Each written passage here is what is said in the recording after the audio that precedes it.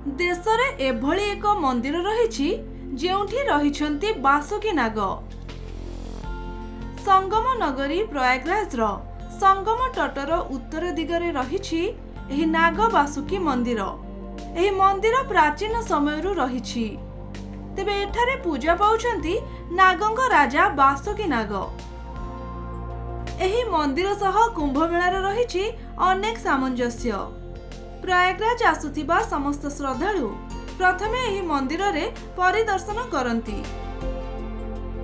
पौराणिक विश्वास रहिछि एही मंदिर रे दर्शन करी प्रयागराज रे बुड़ पकाइले तीर्थयात्री समस्त मनस्कामना पूर्ण होइथाए। तेबे नागबासुकी मंदिर को नहीं अनेक पौराणिक गाथा मध्य रहिछि।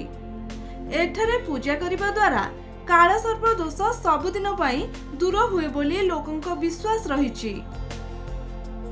मोगल शासन समय रे औरंगजेब जेतेबेले ए मंदिर भांगिबाकू आसीथिले सेतेबेले बासुकी नाग निजर एभली विकटाल रूप देखाइथिले जाहाको देखि डर रे बेहोश होई जाइथिले औरंगजेब। नागबासुकी मंदिर रे शेष नाग एवं बासुकी नागर मूर्ति रहिछि। कुंभ मेला, माघ मेला और नाग पंचमी दिन एठारे लक्षाधिक तीर्थयात्रींकर भीड़ जमे। ब्यूरो रिपोर्ट, खबर ओडिशा।